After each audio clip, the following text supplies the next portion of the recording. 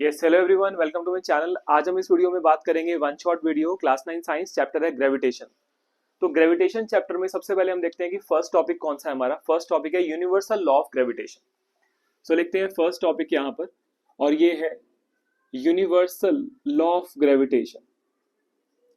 Universal law of gravitation. Now universal law of gravitation first topic है इस chapter का, और पहला ही टॉपिक इतना इंपॉर्टेंट है कि मैं क्या बताऊं, हर बार एग्जाम में आता है ये। तो फर्स्ट टॉपिक हम लिखते हैं यहाँ पर यूनिवर्सल लॉ ऑफ ग्रेविटेशन, और ये क्या कहता है, every object in the universe, every object in the universe attracts every another object, attracts every another object,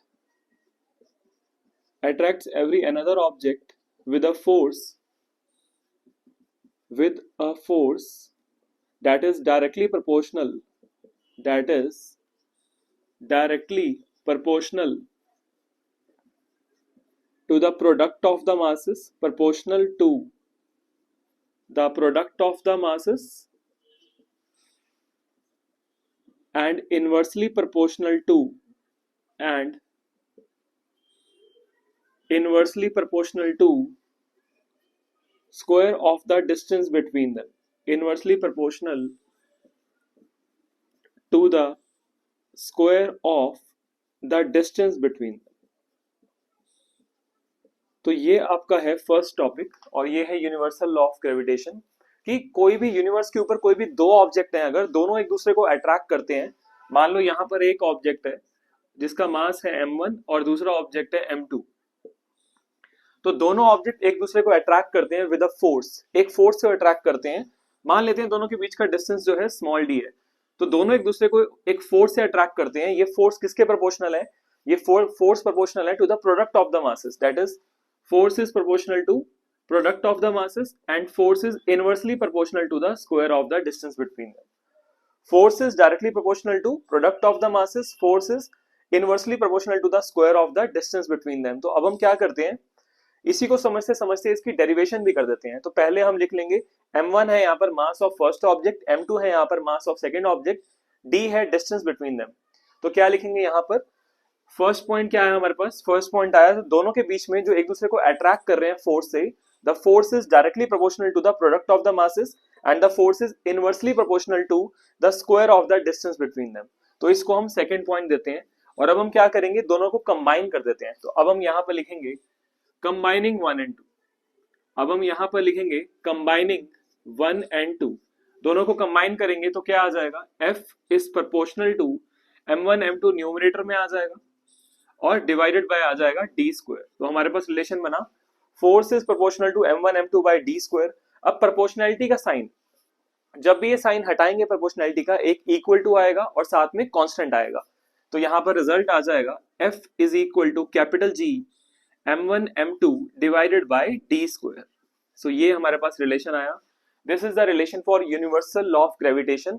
तो ये पूरा डेरिवेशन है जो 3 मार्क्स में आती है, ये इसका एक्सप्रेशन है, F is equal to capital G m1 m2 by D square, where G क्या है, यहाँ पर लिखना पड़ेगा आपको, where G is equal to gravitational constant. G की वैल्यू है यहाँ पर ग्रेविटेशनल कांस्टेंट। फिर इसके बाद इसकी SI यूनिट पता होनी चाहिए, इसके बाद units of G, SI units क्या होगी G की, एंड वैल्यू क्या होगी। तो SI यूनिट इसकी होती है न्यूटन मीटर स्क्वायर kg की power -2, newton metre square kg की पावर -2, ये यहाँ पर वैल्यू होती है, ये यहाँ पर इसका यूनिट होता है। और अगर बात करें value of G, value of G, G एक ग्रेविटेशनल कांस्टेंट है, पूरे यूनिवर्स में इसकी वैल्यू सेम रहती है, इसलिए इसको ग्रेविटेशनल कांस्टेंट कहते हैं, और इसकी वैल्यू होती है 6.673 इंटू 10 की power -11 newton metre square kg की पावर -2। तो ये आपके पास पूरा टॉपिक था, डेरिवेशन यहाँ से स्टार्ट है।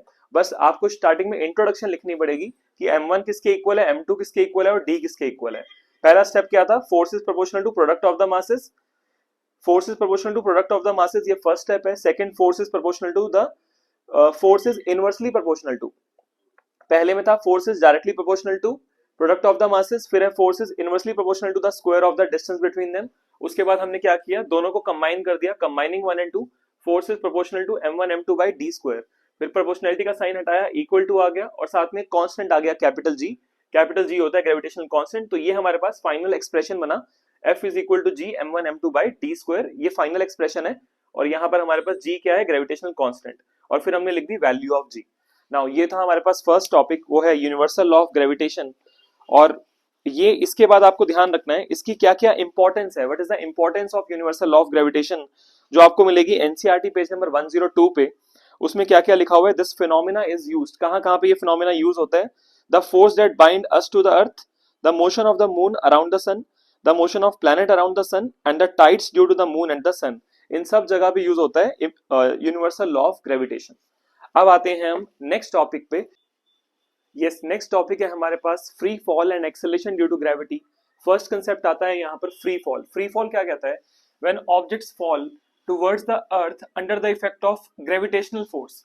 कोई भी ऑब्जेक्ट अगर अर्थ की तरफ अट्रैक्ट हो रहा है तो उसमें सिर्फ एक ही फोर्स अगर इन्वॉल्व है, वो है ग्रेविटेशनल फोर्स, तो ऐसे ऑब्जेक्ट को हम बोलेंगे फ्री फॉलिंग बॉडी। ऐसे ऑब्जेक्ट को हम बोलेंगे it is under the effect of free fall, यानी ये फ्रीली फॉलिंग बॉडी है।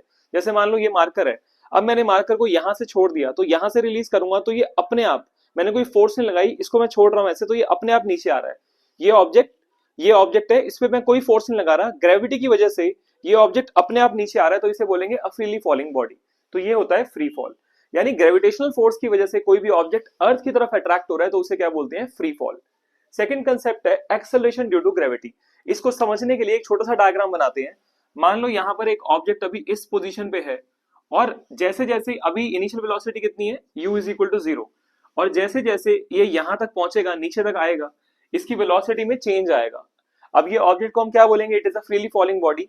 इसको अगर यहां से छोड़ दिया तो धीरे धीरे ये नीचे आएगा और धीरे धीरे अब इसकी वेलोसिटी क्या हो जाएगी, बढ़ती जाएगी 10 मीटर पर सेकेंड, फिर 20 मीटर पर सेकेंड, फिर 30 मीटर पर सेकेंड, फिर 40 मीटर पर सेकेंड।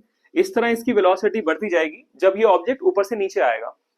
वेलोसिटी में चेंज आने को क्या कहते हैं, वेलोसिटी में चेंज आने को कहते हैं एक्सेलरेशन। तो इसका ये मतलब है एक फ्रीली फॉलिंग बॉडी में कोई भी ऑब्जेक्ट अगर नीचे आना स्टार्ट कर रहा है तो उसकी वेलोसिटी में चेंज आएगा ग्रेविटी की वजह से।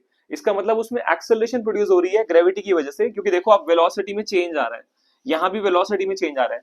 वेलोसिटी में चेंज क्यों आ रहा है, क्योंकि ग्रेविटी की वजह से वो अर्थ की तरफ अट्रैक्ट हो रहा है, और वेलोसिटी में चेंज आने को क्या बोलते हैं, एक्सेलरेशन। यही टॉपिक है आपका, एक्सेलरेशन ड्यू टू ग्रेविटी।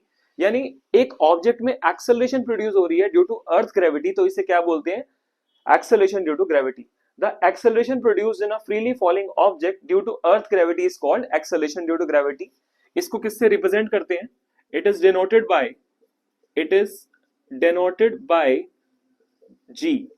अभी हमने पढ़ा था कैपिटल जी। कैपिटल जी क्या होता है, यूनिवर्सल ग्रेविटेशनल कांस्टेंट, बट यहां पर स्मॉल जी क्या है, small ji is acceleration due to gravity. यानी ये एक तरह की एक्सेलरेशन है जो ग्रेविटी की वजह से हो रही है, और ये किस ऑब्जेक्ट्स में होगी, फ्रीली फॉलिंग ऑब्जेक्ट्स में। एसआई यूनिट क्या होगा, अब आते हैं एसआई यूनिट। एसआई यूनिट क्या होगा यहाँ पर, अब देखो एक्सेलरेशन का यूनिट क्या होता है, मीटर पर सेकंड स्क्वायर, वही यूनिट रहेगा यहाँ पर। SI unit is metre per second square, ठीक है। यस, नेक्स्ट आते हैं हम यहाँ पर expression for acceleration due to gravity. यानी कोई भी ऑब्जेक्ट है हमारे पास जिसका मास m है और वो अर्थ की सरफेस के आसपास है, अर्थ की सरफेस पे है, और वो अट्रैक्ट हो रहा है towards the centre of earth. ये ऑब्जेक्ट अट्रैक्ट हो रहा है towards the centre of earth. इसका यहाँ से डिस्टेंस कितना है, रेडियस, जितना रेडियस है। m क्या है यहाँ पर, small m is the mass of the object, और कैपिटल M क्या है यहाँ पर, it is the mass of the earth, और r क्या है यहाँ पर, distance between the object and the centre of earth, ठीक है। तो अब यहाँ पर क्योंकि दो ऑब्जेक्ट, एक ऑब्जेक्ट यहाँ पर अर्थ है, एक ऑब्जेक्ट यहाँ पर अर्थ है, और एक ऑब्जेक्ट यहाँ पे एक नॉर्मल ऑब्जेक्ट है, एक यहाँ पर अर्थ है और एक ये ऑब्जेक्ट है, तो दोनों आपस में अट्रैक्ट होंगे due to universal law of gravitation. Universal law of gravitation की वजह से दोनों क्या होंगे, आपस में अट्रैक्ट होंगे। तो हम लिखते हैं यहाँ पर according to universal law of gravitation, according to universal law of gravitation.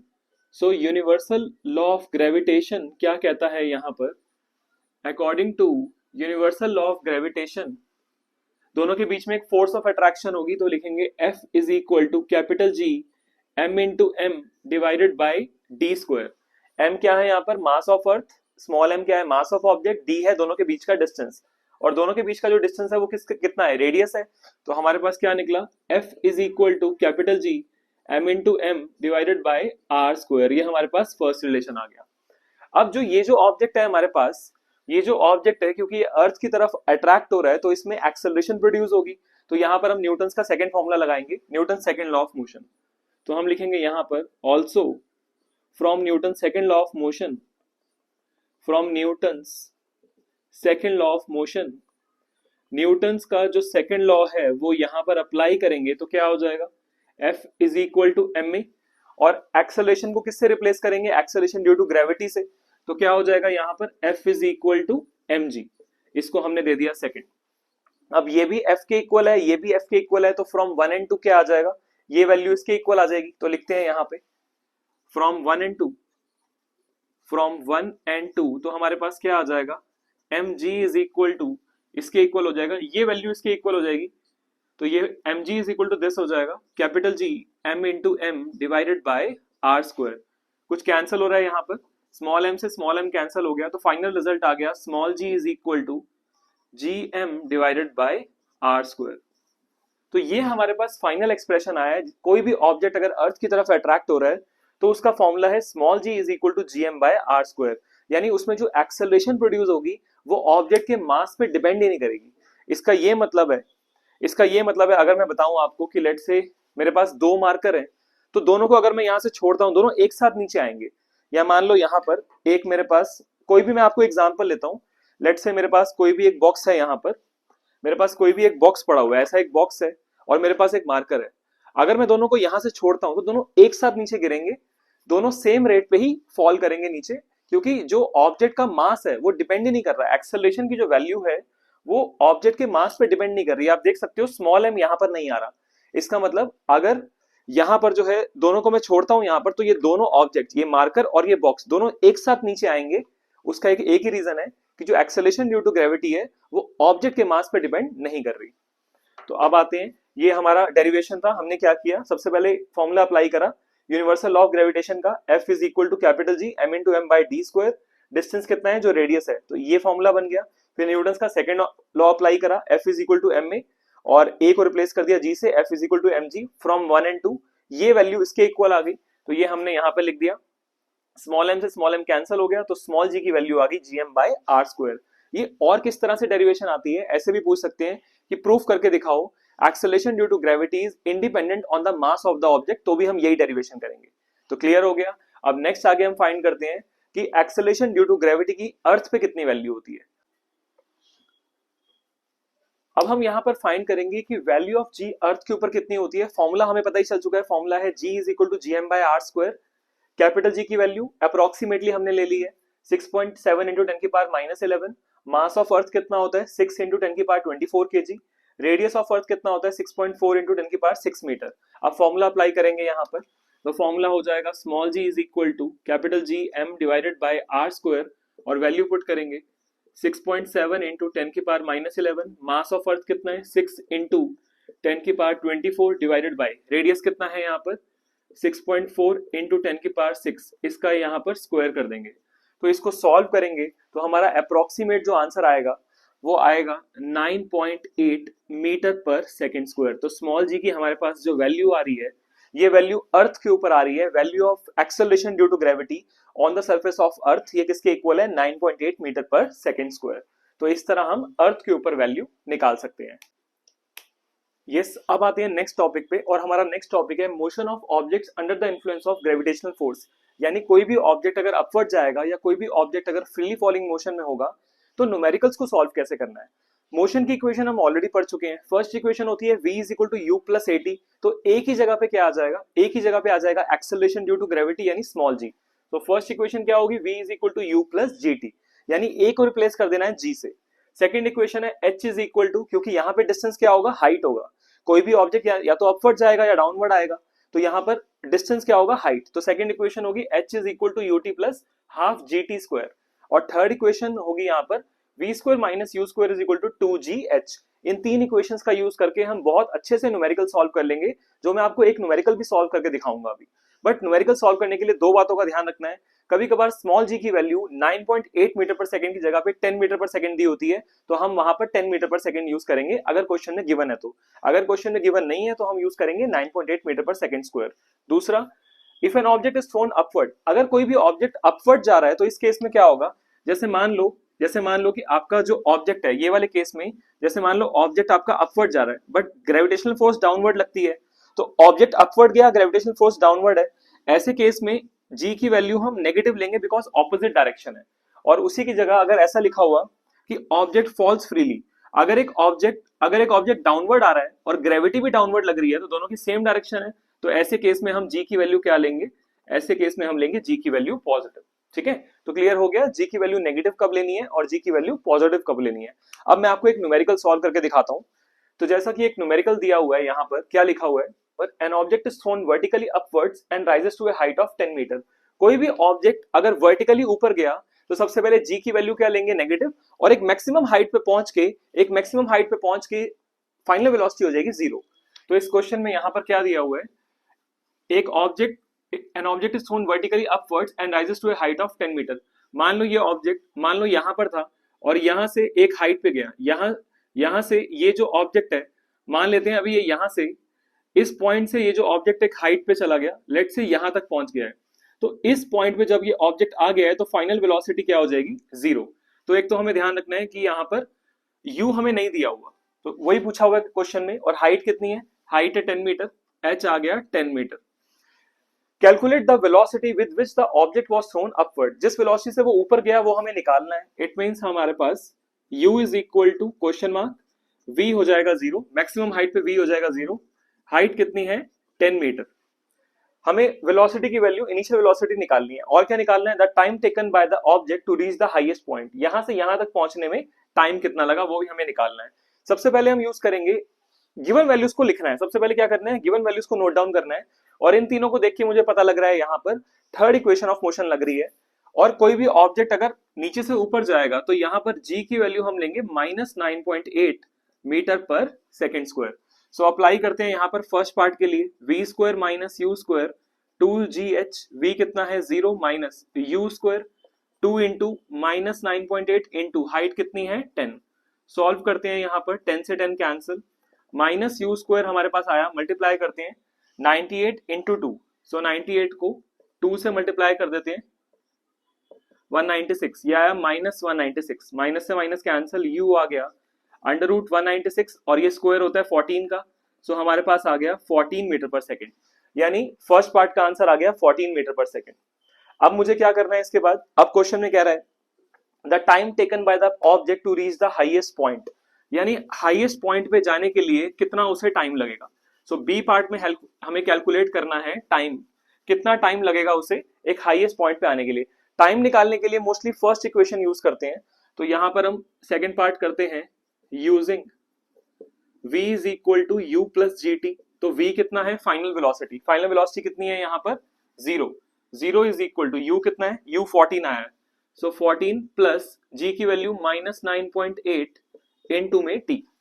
तो करते हैं यहाँ पर solve, 0 is equal to 14 minus 9.8 into में t।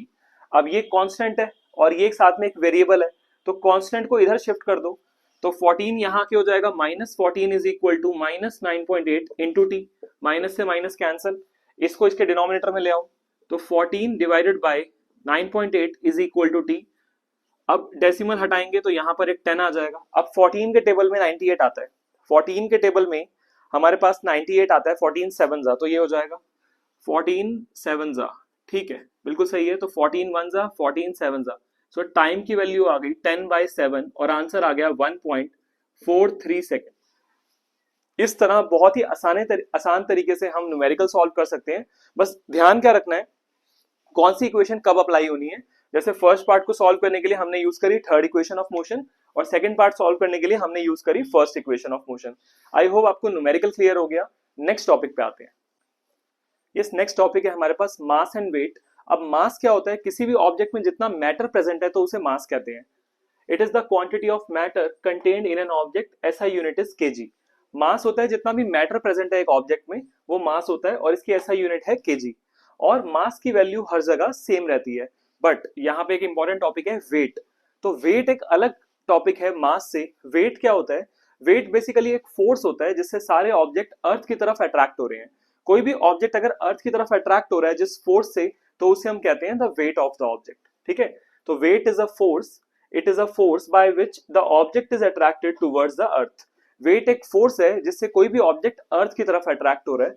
अब देखो यहाँ पर फॉर्मूला जो बनेगा वो क्या आएगा? सो फोर्स का फॉर्मूला क्या होता है? फोर्स का फॉर्मूला होता है एम ए। फोर्स का हमारे पास यहाँ पर फॉर्मूला होता है, यहाँ पर अगर मैं फोर्स का फॉर्मूला लिखूं तो ये आएगा F is equal to M A, और ए को रिप्लेस कर देंगे जी से, तो हमारे पास फोर्स कितनी आई? m इंटू जी। तो ये जो आया हमारे पास mg, ये वेट होता है, वेट ऑफ एन ऑब्जेक्ट। तो हम यहाँ पे लिखेंगे weight W is equal to M G. तो हमारे पास फॉर्मूला क्या बना वेट का? Weight W is equal to M G. और क्योंकि वेट एक फोर्स है तो इसका ऐसा यूनिट होगा Newton, because weight is a force. तो इसका जो ऐसा यूनिट होगा वो होगा यहाँ पर न्यूटन।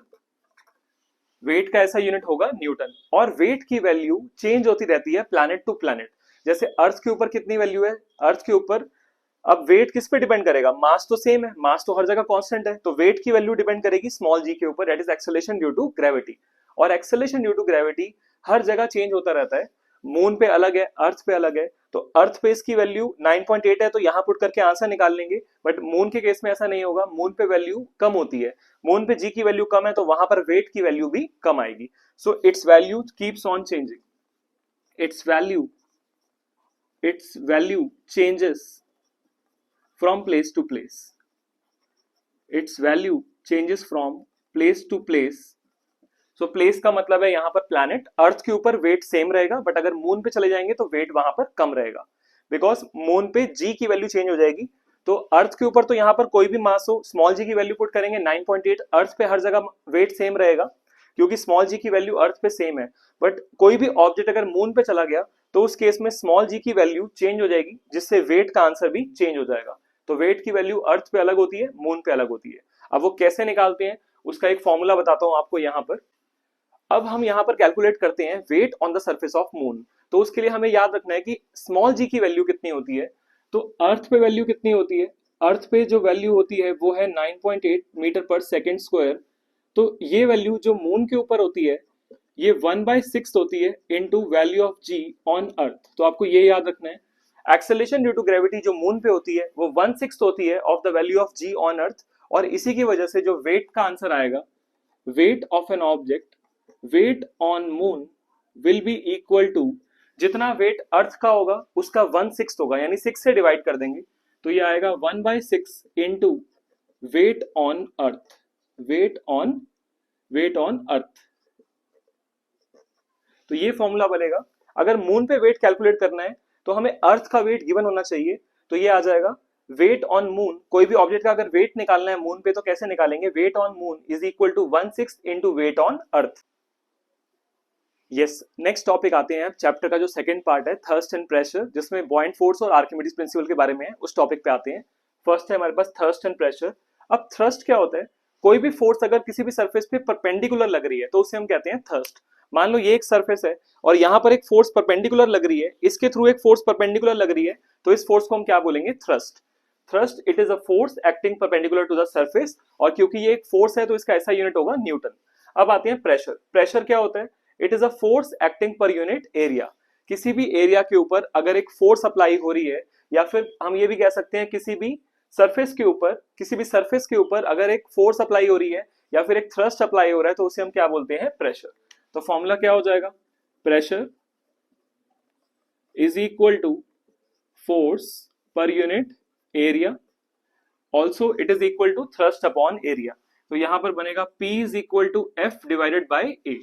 अब बात करते हैं एसआई यूनिट की।